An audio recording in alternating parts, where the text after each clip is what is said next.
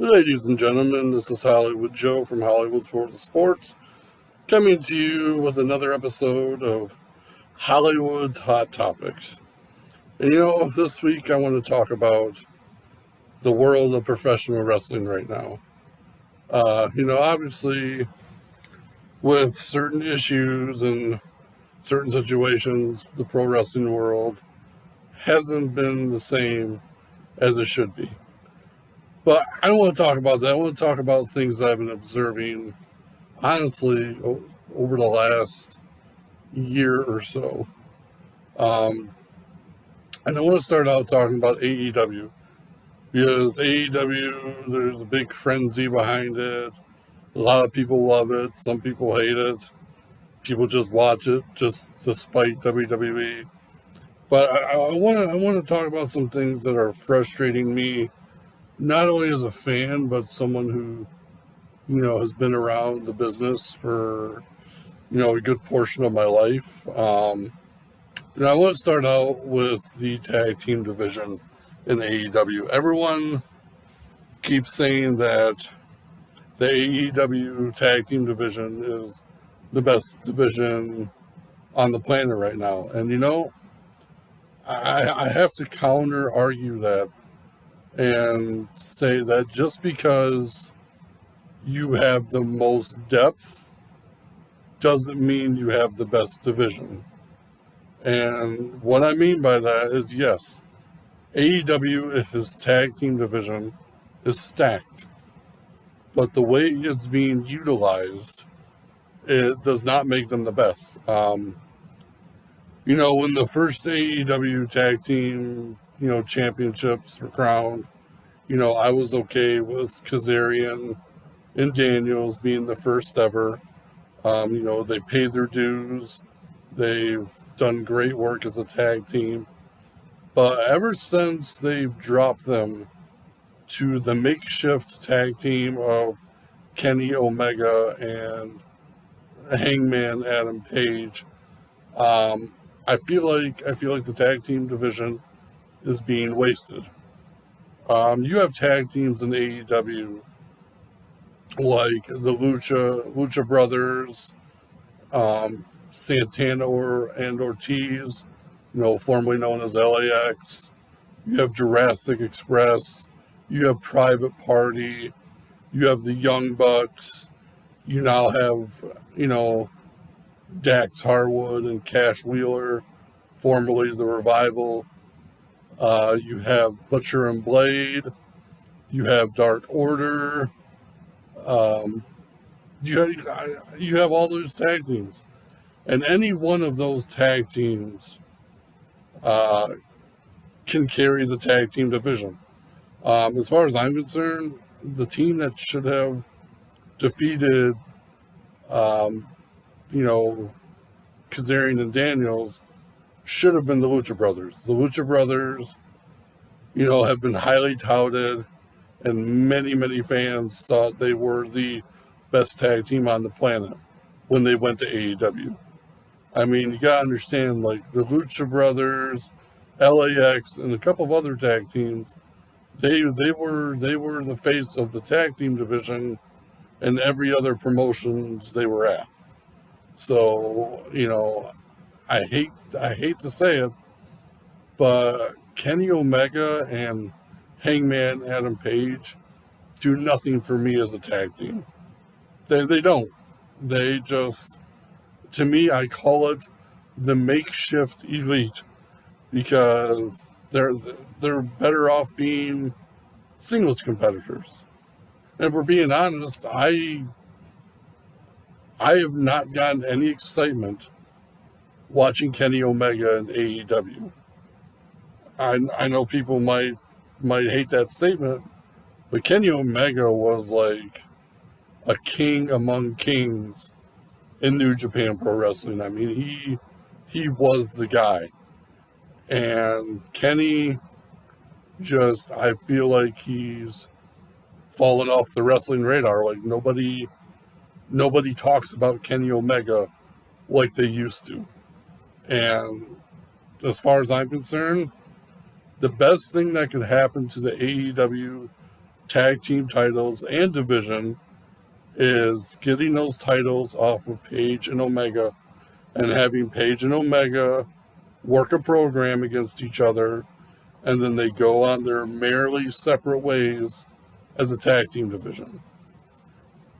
You know, there's another division in pro wrestling that I struggle with, and that is the women's division between Raw and SmackDown. I'm not including NXT because the NXT women's division has been on fire ever since, you know, Paige and Emma did their thing 6 years ago. My issue is with Raw and SmackDown. Raw and SmackDown, it seems like it's the same 3 or 4 people all the time. And I feel like they're not building enough credible challengers for each of the individual women's titles on those shows. And I hate to say it, but I truly believe that there needs to be a unification match between the Raw Women's Champion and SmackDown Women's Champion. And we go back to having one WWE Women's Champion between both shows because, like I said, it's the same 3 to 4 women all the time. And, you know, continue to have the women's tag team titles, you know, be defended on all 3 shows. I think that's a brilliant idea, and I think that needs to move forward.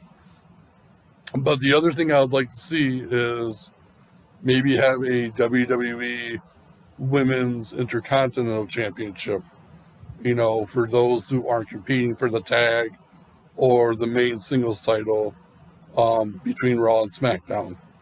It just, it's really painful to watch. I mean, SmackDown, you have Bayley,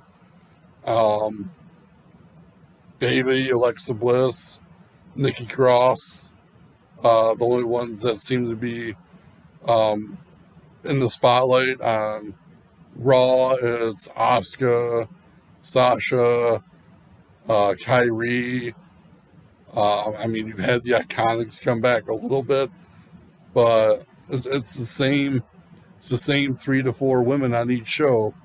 And like, for wanting to be a powerful, you know, for wanting to have a powerful statement saying that our women are a top priority and continue this women's evolution, they certainly don't showcase all the women like they should.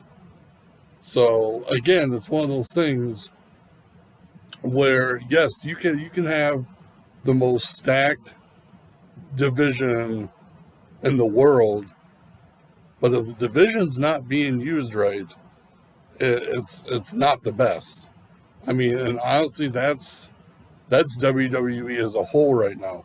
And I'm not talking NXT, I'm talking Raw and SmackDown. There is so much talent between both shows. The fact that more people aren't being put in the spotlight is a travesty. You know, 2 names that stick out to me, like I personally think, even on the men's side, that there only needs to be one set of tag team titles, the WWE Tag Team Titles. Forget about Raw tag titles. Forget about SmackDown tag titles, because what they're, I mean, look at on Raw. You have Street Profits, you know, Viking Raiders, the team of Angel Garza and Andrade. You know, SmackDown, you have the New Day, and then, you know, I don't want to call them makeshift, but, you know, the only other team you have right now is Cesaro and Shinsuke Nakamura. And to me, that is not enough to keep my interest, or anyone else's interest for that matter, on tag team wrestling. So I mean, even on Raw, you have a team like Cedric Alexander and Ricochet. Probably the biggest example of mis. How do I want to say this? The biggest example of being misused throughout the entire company. Um, Ricochet was destined for big things. Even fought Brock Lesnar, had a run with the United States title, had some really great matches with AJ Styles and Samoa Joe. Then you have Cedric Alexander, who was one of the best cruiserweight champions in recent memory. Cruiserweight Classic definitely put him on the map, but again, like I said, you can have a stacked division all you want, but if you're not using that depth the way it should be used, um, it's not the best in the world. Um, like I said, um, so many things wrong with pro wrestling right now, at least in America. Like AEW, it's so funny because the E in AEW stands for Elite, and I feel like AEW would be much better without the Elite. Um, you have Cody, you know, defending the TNT title every week. Um, Honestly, he should have never had that title to begin with. Felt it should have been, some up and comer that needed the spotlight put on them. And he's not an up and comer. So, I just, like I said, it's a frustrating time being a pro wrestling fan right now because there's so much misuse of talent and so much misuse of certain divisions. Um, I'm glad New Japan Pro Wrestling is back running shows because it seems like they do it the right way. Everyone is always on an equal playing field in New Japan. You don't have squash matches. You don't have your best talented superstars losing in handicap matches. You don't have your best talented superstars being in squash matches. And so for me, New Japan being back is a breath of fresh air. And so, like I said, it's just a frustrating time for me as a pro wrestling fan. Um, I'll admit I've quit watching Monday Night Raw. I still watch NXT, SmackDown, Impact Wrestling, and I catch stuff on New Japan when I can. But it's just a frustrating time right now because I see so much talent that isn't being used, and they keep it's like a revolving door. They revolve the same three or four people around each other all the time, and no one new ever gets put in the spotlight. And so, it's one of those things that needs to change and needs to change quickly. There's a reason that pro wrestling is not doing great in terms of ratings, and it's all across the board. It's not just one specific promotion, it's everybody because it's the same people, it's the same matches, it's the same feuds week in and week out, and we're not getting anything new. And I hate to say it, AEW fans will hate me for saying this, but AEW is doing the same stuff every week too. It's the same people in the spotlight, same people getting the opportunities.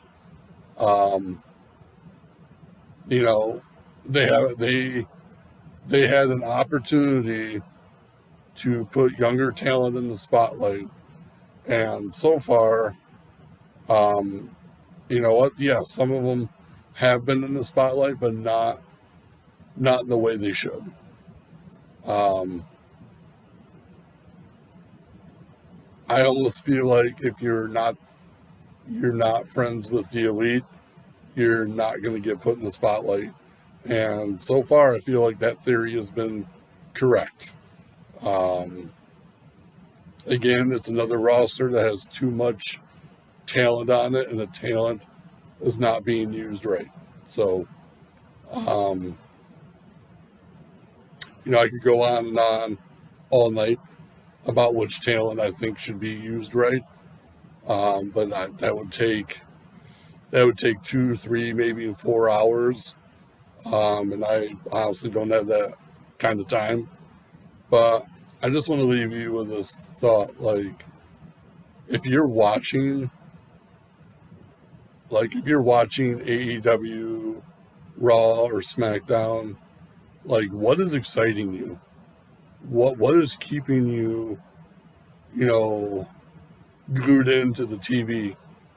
Because really, nothing really has my interest right now.